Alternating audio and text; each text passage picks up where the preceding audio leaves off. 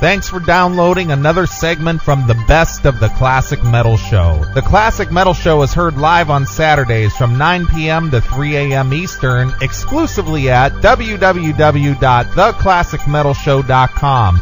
And now here's another piece of Classic Metal Show history on the Best of the Classic Metal Show. The Classic Metal Show.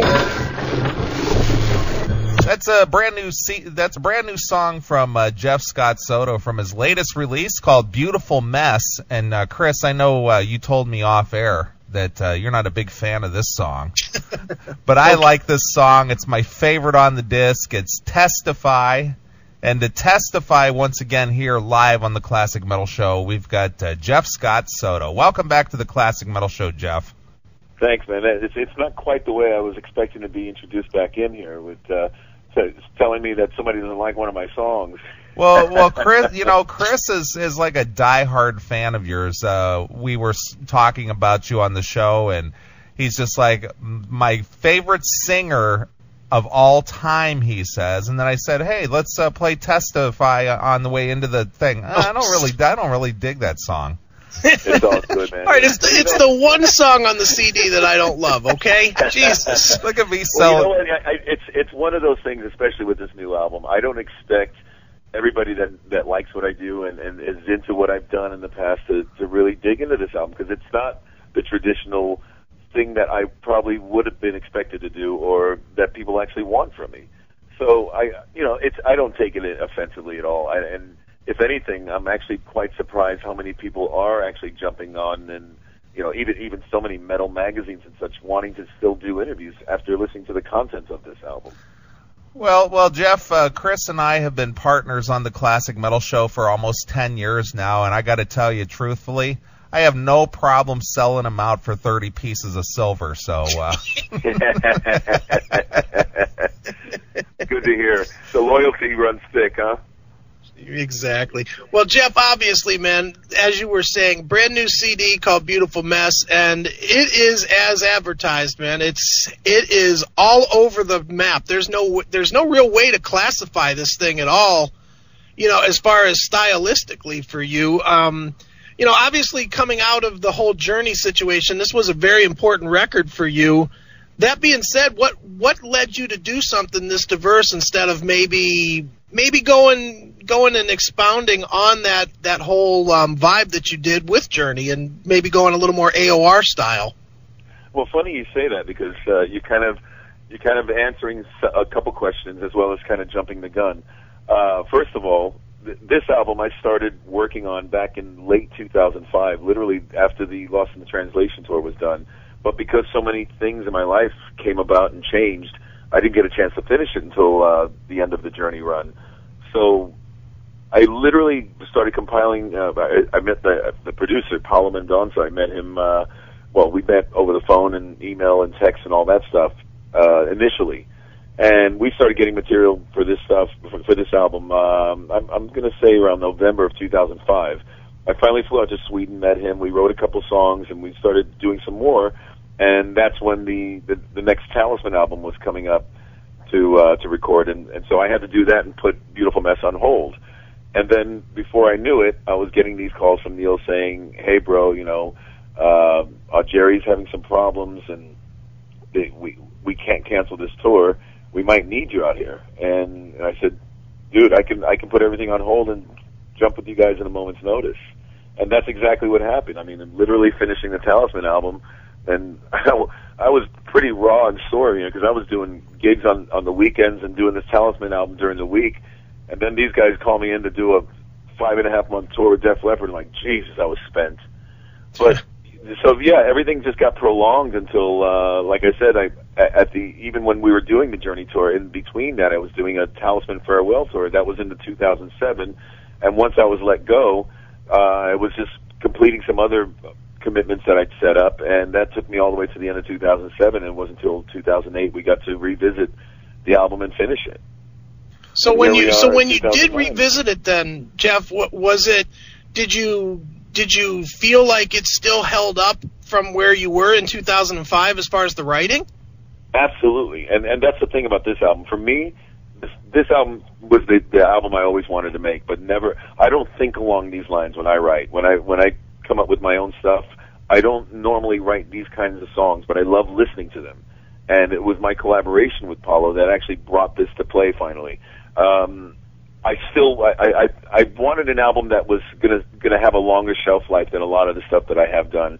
I have to be honest with you, you know, a lot of the stuff that I have done, it's great stuff, but it fits in that classic mode. Exactly, you know, you guys are a classic metal show, and you play things that pretty much kind of sit in the classic sound. I wanted something that had a contemporary sound that's going to last for the next 10, 15 years. So yeah, 3, 4 years ago, the stuff is still relevant today. Now, as far as what your other comment about why wouldn't I jump onto more of an AOR kind of vibe, that's exactly what I did with this project that I just finished up with Frontiers. It's something they came to me thinking that they want to actually follow up on the whole Journey vibe, and they got a couple writers from an AOR band called Work of Art and a band called Eclipse. They put these two guys together in Sweden and wrote a bunch of killer tunes and asked me if I'd sing on it because they knew this would be the kind of album they could follow up on the whole Journey run. And so that thing's coming out later this year, and I think people are going to go, fuck yeah, this is the classic Soto sound. Well, I wish we could move past this Journey stuff because you wouldn't believe what a sore spot that was for me personally. All the lawsuits I had to file and, you know, the bad feelings I had between me and the band members. And, oh, I'm sorry, Jeff. I was speaking for you. Sorry. But no, seriously, Jeff, I pride myself in the fact that you and I have some commonality in the fact that you and I have shared background vocals on a record release. I, too, got to sing background vocals on Dawkins' Lightning Strikes Again. So I feel a real kinship with you, if you will. So, well, I hope you got paid more than I did. No, Don took care of me. The only thing I was kind of bummed out is that somebody told me later that my name doesn't appear as a vocal credit. It's just a thank you on there. I was like, wait a minute. But I'll take that up with him when I see him next time. That's okay, Jeff. I got no credit at all. Even better. You probably didn't get paid and got no credit. I got no thank you or nothing. Boy, it sounds like the good old days of when metal was actually fresh and new and everybody was getting fucked. Well, Jeff, tell us a little bit about the new CD. Who did you have playing with you on this new disc? Musician wise, who did you have playing with you? Well, the majority of it, I'd say about 90-something% of it is actually all Paulo. I mean, I'm talking keyboards, guitars, bass, and even most of the drums, because there's a lot of drum loops and programming on it, and there's a few songs with real drums, but for the most part, there's a lot of loops and things, because, you know, a lot of contemporary music has that. There's not really live playing, and I kind of wanted that too, because when you hear the songs, they sound like studio tracks. I mean, listen to, like, some of even Queen's biggest hits, like Another One Bites the Dust. It's just a crappy little drum. You can't even, they didn't even elaborate on the drum programming. It's just as basic as you can get. And it's not Roger Taylor playing the drums, you know, you can tell the drum machine. But when they play it live, the song just really comes to life, and that's what I really wanted. I wanted a difference between two versions of the songs. I wanted to be able to have one sound in the studio, and when you play it live, it all of a sudden sounds heavier, it sounds bigger, instead of it sounding exactly like it does on the album, like most of my stuff I've always done. Well, that's a good thing because it helps cut down on the credits and the thank yous on the disc as well. So, well, a lot of that too was because Paulo was the main writer on a lot of the stuff, especially musically. It was just a quicker process. You know, he knows the songs, he wrote the songs. Why would he bring somebody in and say, okay, learn this and then play it the way I played it? Oh no, you played that wrong. Let's go back. You know, by the time you've done all that, we could have recorded 2 albums. Sure. So it was more of a convenience thing as well as the obvious that he wrote it, so he should and could play it. Excellent. So do you plan on taking this out on the road and doing any live dates with this, or what are you doing? Yeah, I got a lot of things brewing right now. I mean, the first leg of what I'm doing with this tour is it starts April 1st in Hamburg, Germany, and I'm going 3 weeks in Europe. I'm doing a lot of countries. I mean, we're doing some massive travel on this first leg. That ends at the end of April with the live DVD I'm shooting in Madrid, and then we got a couple weeks off, and I believe we got what's going on in May. There's 2 things going on in May. I can't really say right now because one of them is a live thing, the other one's a studio thing, and I don't want to put it out there and have everybody speculating what I'm actually doing. It'll come out when it comes out of what's going on in May. But in June, I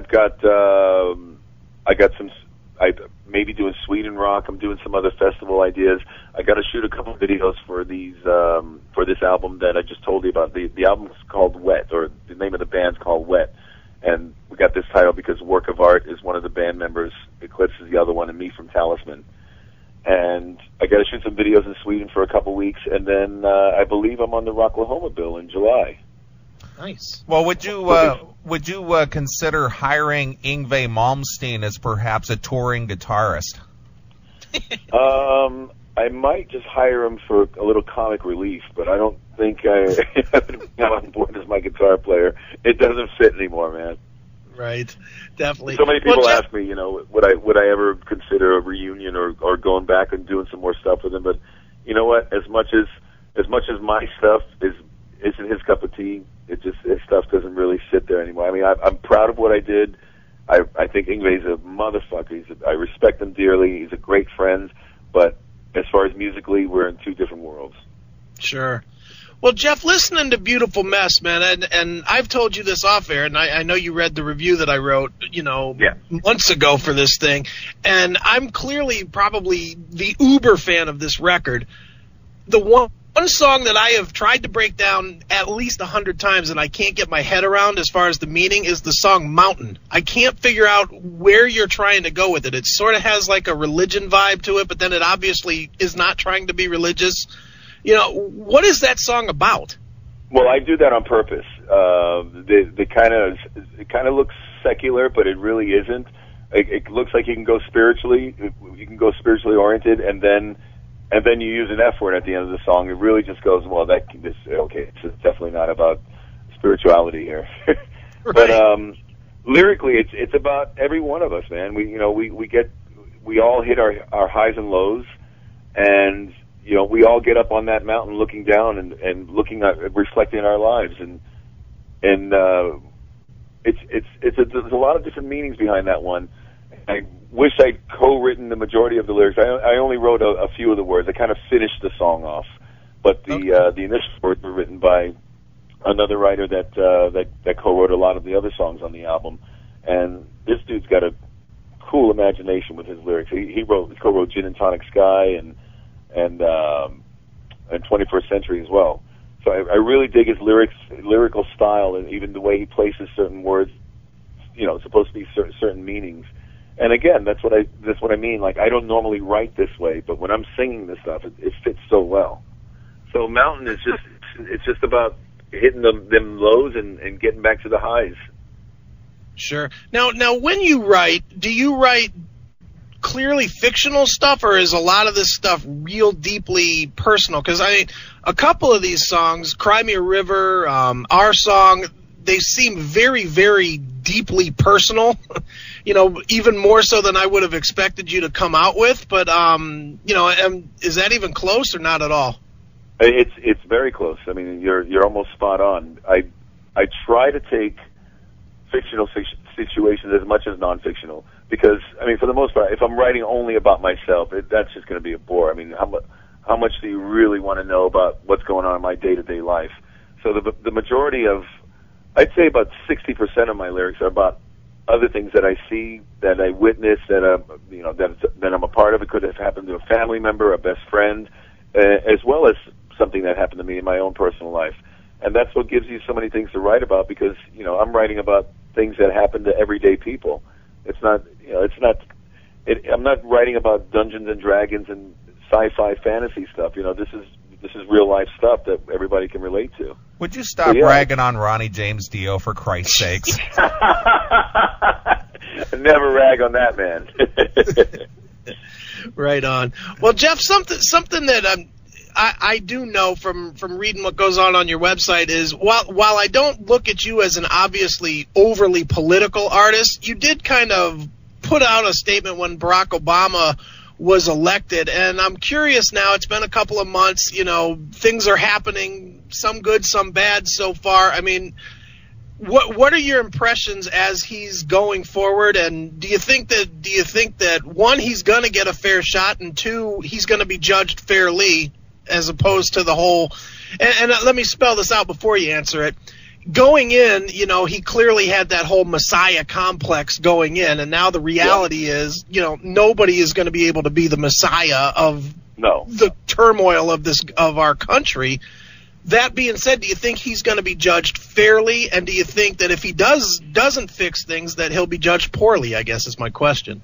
Well, naturally, anybody in that, he's got the worst, anybody that's going in right now is the worst time to be going in. I heard the funniest thing, I think it was Jimmy Walker on the Letterman show the other night, just basically saying, you want a black president? You got him. I mean, it's the worst time for anybody to be stepping in right now. So if they're going to give it to anybody, just give it to that guy.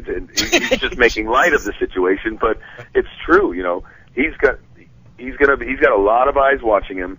But the reason I even threw in my own political views was it was based on the fact that I've spent a lot of time overseas the past year and a half. Actually, no, I'll take that back. The past 4 or 5 years. With my career booms more overseas in Europe and South America and stuff like that, more so than here in the U.S. I mean, the Journey thing was the closest thing to kind of resurrecting any kind of fan base here, and that was so short-lived. Most people are not even going to remember the fact that I did one tour with them. But overseas, the Americans, we are the country that everybody wants to come to. Everybody wants to live in. Everybody wants to have our lives. They want to have what we have. This freedom to do what we want. The big roads, the big cars, the big restaurants. Everything's big, big, big, and it's larger than life. And everyone's so envious of us. It started turning so negatively against us that everywhere I went, where normally I was welcomed, I would see other Americans just going, "Oh my God, I don't even want to be here right now because I feel like people are just shunning me." It was really bad out there, and so Barack Obama was kind of like it was kind of a light at the end of the tunnel finally, and people were saying this over there. I mean, they got really, really politically involved around the world, hoping that he was going to be the one in. And I've always grown up in a Democratic family anyways. We've always been Democrats, so it was a natural thing for me to go that route. Whether it was Hillary or him running, I would have gone that way. But just the fact that everybody was just so behind this guy, and I mean, I don't get involved with what's going on in the UK when they're getting a new prime minister or what's happening in India or whatever, but everybody around the world were rallying and hoping that Barack Obama was going to take this. And so it made me proud that he actually took it, because it didn't just give us a good feeling here in the U.S. It gave us a good feeling back to the rest of the world. And that's I got a little emotional, and that's why I put my own little blog about it. Do you think that with, obviously him being a black man, do you think that in some ways, shapes, or forms, that's going to make things better as far as race relations, or worse? Because it kind of takes and the reason I'm asking is, in one regard, it's very cool that a black man has gone up to the highest office basically in the world. At the same time, it takes away any excuse. That's true. Well, so, I honestly, I think we still have a long way to go. I mean, racism is still alive and well everywhere in this country. Whether you're in New York or L.A., where everybody's a little more mixed up and not mixed up, but mixed around and getting along and hanging out, compared to a lot of the Bible Belt states and such. It's still alive and well and kicking in this country, and will be for a long time. I see such gradual, slow movements towards everybody just getting along, but having a black president, I don't think is going to make I don't think that's going to be the end all be all in what's happening or what's been happening in this country. I mean, we have a long history of so much hatred and racism that it still exists. It's still kind of in the bloodline that, it's like a really slow running thermometer, man. It takes a long time to finally get down to the proper temperature. And I don't know if that's going to influence it as much, but obviously every little bit helps. I mean, from Colin Powell, all the other black leaders are black political figures that have made their mark. Now we've got one in there in the highest ranking position of the U.S. So, yeah, it's going to be another notch, but I still think we got a long way to go. Sure, absolutely, man. Well, dude, obviously, man, with the new album, I'm going to switch gears because I'm sure you don't want this to turn into a political talk show, but with the new album, man, obviously you're going to tour it. Because you have something else, that you're getting ready to do here shortly, are you going to be able to put in a full, I guess a full run of promotion, touring, etc., on Beautiful Mess, or are you going to just do what you can and move to the next project? Oh, no. The other thing I'm doing is actually, or the other thing I could be doing is actually something that I would be focusing on my songs as well. I mean, it's something I'm going to, if it happens, I'll be guesting as a guest singer, so to speak. And, of course, I'm going to generate what I'm doing not only for what people are expecting me to do. Obviously, in the U.S., people would expect me to do Journey songs because that would be the only thing they really know me of. But, of course, I'm going to sneak in my stuff because it needs a fair shake, especially here in the U.S. I'll utilize this vehicle to actually move the album and show people that it's out. Be able to sell it at shows. And I'll break it down for you. It's basically it could be a month-long tour with some well-known other individuals that I'll be just guesting on a few songs, and some other vocalists will be guesting as well. It's like kind of a hodgepodge road trip that we're planning on doing here. So if that happens, it's definitely going to be something advantageous to the new album because I'm going to make sure that we do a couple songs off there. They might not be familiar, but I think people will dig them when they hear them live. Well, Jeff, since the Soul Circus music really didn't get a lot of air or play out live, do you plan on including some of that in your live set? I did that on a couple of my tours in Europe, and it didn't really go over too well. I as much as the Soul Circus record sold a little more than my normal solo album sold, and at this point, I've got 4 solo albums under my belt. And when I first started doing my solo tours, when it had 1 or 2 albums, I was still kind of relying on my past to fill up the show, and it just more familiar things. At this point, with 4 solo records, it's safe to say I can start focusing on that as the core of what I'm going to be performing, and then just kind of use bits and pieces of my past as opposed to, the majority of, the first tour I did. It was Yngwie, it was Talisman, it was actually Rudy Pell. It was everything thrown in there, and then I'd maybe play 2 or 3 of my own songs. And now it's the other way around. Now I'm definitely tapping onto my own stuff and then throwing in, the ones that people expect to hear. You gotta do stand up and shout. That's become a staple at my shows. And there's certain Talisman songs that people expect to hear. So those things will always be a staple on the JSS set. But to start digging into all the other projects and things, I'm going to start laying low on that a bit and just letting people know that when they come into the Jeff Scott Soto show, they're going to get me. Right. Well, now that you've kind of established yourself as a name out there, not that you weren't a name before, but absent the other projects, be it Yngwie or Soul Circus or Journey or any other Talisman or anything else that you were involved with, would you ever consider or do you ever see yourself being a part of somebody's other band or project ever again? I get asked that question quite a bit, and honestly, especially having experienced it firsthand, following the footsteps of somebody who's such an icon. I mean, there's nobody, and I mean absolutely nobody, can follow the footsteps of Steve Perry. It just can't happen. It shouldn't happen, and it will never happen. What I was doing, what Steve Augeri was doing, or what Arnell is doing now, is basically just helping them continue their legacy. But to try and step in and surpass or even come close to what he did, it's just never going to happen and shouldn't happen. I just have too much respect for this guy. He's one of my biggest mentors and influences as a singer. So there aren't too many bands out there that have that kind of iconic figure or even influential, inspirational feeling in my life that I would actually jump in or say, oh, I would love to sing for that band or that band. It's just not my thing. It never has been. To do the Journey thing, I was very proud. I was so stoked to be there, but I can't imagine stepping in any other band. I'll take that back. There's one I would die to step into, and that would be Queen. But the only reason I would say yes to something like that is because obviously Freddie's been gone for some time now, and there's no chance of Freddie returning. And while Steve Perry's out there breathing and eating and still alive, everybody's hoping and wishing for the return of, why don't they do one more tour? Why don't they do this? There's no way that Freddie's going to be able to do that. So I could do the Queen thing and actually feel good about it, and actually just, instead of trying to copy and do what he did, just really enjoy and respect what he did and pay homage to what he did. But that would be the only one. I can't think of any other band that I would want to do something like that with.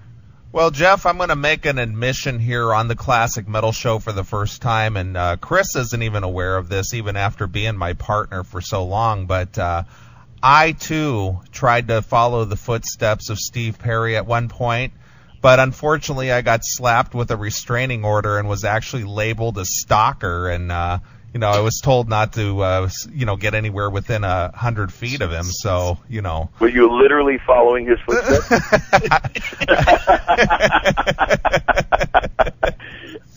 Nice. I like this dry sense of humor you guys have. Well, Jeff, I got to tell you, though, it's always good to have you here on the Classic Metal Show. We enjoy speaking with you, obviously, and you're got a good sense of humor and put up with our nonsense. But the important thing is you do have the new CD out there called Beautiful Mess. And where can people find out about Jeff Scott Soto? You got the website and the MySpace and the Facebook. Can you give us the rundown on that? I think you just did. I mean, I should hire you for promo. It's jeffscottsoto.com.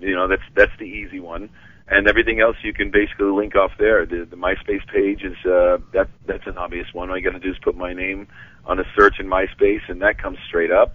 And same thing with Facebook. There's a lot of stuff out there. There's a lot of things you can check out. A lot of sound bites, and I actually implore people to go out there and listen to it before you buy it, because like we said at the beginning of this interview, it's not going to be everybody's cup of tea, and I'd rather you check it out before you buy it instead of getting a bunch of hate mail saying this thing sucks.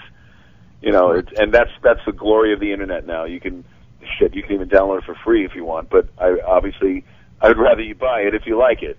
And there's video clips everywhere. YouTube's got a bunch of stuff. On my site, we put all the videos on there. So there's a lot of stuff to chew on out there. Well, just for the record, Jeff, I like the song Testify no matter what Chris says. And, as long as Chris likes the other stuff, I'm all good. And even if he doesn't like it, it's all good, man. Everybody's entitled to their opinions. It's music. It's I believe I gave this album a 9 out of 10. Come on. I know. I remember. All right, well, just as long as you remember to put us on the guest list and backstage passes if you come through the States, for all of us. That's all I care about. You remember, Well, I'll have the broads waiting, the massages, the whole 9 yards. All right, excellent.